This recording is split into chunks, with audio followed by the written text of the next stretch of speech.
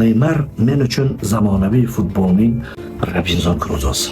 U o'zining orolida adashib qolgan. Hech-da mana shu oroldan chiqib keta olmayotgandek. Uning ichki oroli bor. U o'zining talanti bilan jahon futbolida hozirgi emas. Mana bu ikkalasi uni ko'p gapiryapmiz-ku, bulardan-da ko'proq sovringa ega bo'lish kerakdek nazdimda. Agar tartibli bo'lganda, agar jiddiyroq qaraganda, agar klublarni to'g'ri tanlaganda, agar uning peshonasiga bir yaxshi murabbiy nasib etganda. Chunki Neymar Luis Enrique boshchiligida boshladi mana bu Yevropa karyerasini. Luis Enrique esa 1 yillik, 1,5 yillik murabbiy bo'ldi-da, 2 yillik nari bo'lsa. Guardiola esa unaqa, Guardiola bir tizim yaratdi. Ana shu tizimda tiki-taka bilan Messini go'yoki haligi katta hayotga bemalol yuradigan qilib qo'yib ketdi-da o'zi Bavariyaga ketgan payt. Neymar esa ana shunaqa murabbiydan qisilgan edi, to'g'risini aytadigan bo'lsak.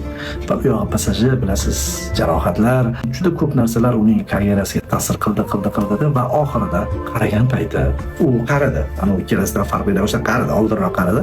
Jahon chempionati qadri yuzaga chiqdi. Chunki Braziliya terma jamoasiga Carlo Ancelotti keldi. Va hozirda Braziliya terma jamoasida men boshqa podkastlarda aytdim, ko'rgan bo'lsangiz, markaz yaxshi emas. Hujumchi o'rtada o'ynovchi futbolchi deyarli yo'q. Qanot vingerlarga gap so'z bo'lishi mumkin. Rafinha o'ynashi mumkin, ha. Rafinha istalgan joyda o'ynashi mumkin. Agar chapda Vinicius, o'ngda Rodrigo o'ynaydigan bo'lsa, ammo Rafinha hatto hujumchi zig'ida ham yaxshi o'ynashdan kelib chiqadigan bo'lsak, Neymar pozitsiyasi bo'sh turibdi. Buni braziliyalik yulduz his qilmoqda. Braziliyalik yulduz tushunyapti va shuning uchun bu yil qilayotgan ishi meni hayratga solmoqda. Do'stlar, oyog'i jarohat olgani bo'ldi. Men o'shaniki hamma joyda tarqalgan video bor. U hech kim bo'la olmadi dedim. Va birdaniga xabar chiqdi, operatsiya qilmaydigan bo'ldi. Shu qimirlab yotgan oyog'i bilan Santosni o'zi boshida sabab bo'lib turib, ligadan tushib ketadigan zonaga tushib ketgan Santosni oxirgi bir 5 ta o'yinda qahramonlik ko'rsatib ligada saqlab qoldi. Va shunda Neymar o'ynadi va Neymar muxlislarning suyumli futbolchisiga aylandi. Oldinlari Neymar bilsangiz outlarga borganda futbol muxlislari so'kishadi, boshqarishadi, asabiylashib urushib yurardi. Lekin hozir u muxlislar bilan gaplashyapti. Tizzamni beraman senga deyapti bir muxlis. Yaxshi ma'noda aytayapti.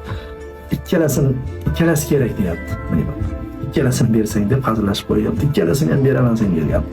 Hozir shunaqa bir Braziliya futboli burilish davrida bir qiziq jarayonki, buni ancha o'ta ko'rib turibmiz. Neymar Santosni saqlab qolishni o'ynayapti, ha, lekin aslida Braziliya terma jamoasiga qaytish uchun o'ynayotganligini tushuntiryapti. O'zi ham intervyusida aytib o'tdi, men yaqinda operatsiya stoliga yotaman, 2-3 oy davolanib chiqib, terma jamoa uchun borimni berib o'ynayman dedi. Braziliyada doimo futbol bor, o'zimni ko'rsataman dedi va mundialga boraman dedi. Va ko'p ehtimol Neymar uchun bu mundial xuddi Messi hamda Ronaldo kabi oxirgisi bo'lishi mumkin. Jahon chempionatiga mana shunaqa qahramonlik ko'rsatib borishi naqadar zavqli. Va mana shu qahramonlar ishtirok etadigan Pulisic, Messi, Ronaldo, Neymar kabi agar bo'ladigan bo'lsa, shu mundialda bizning terma jamoamiz o'ynaydi.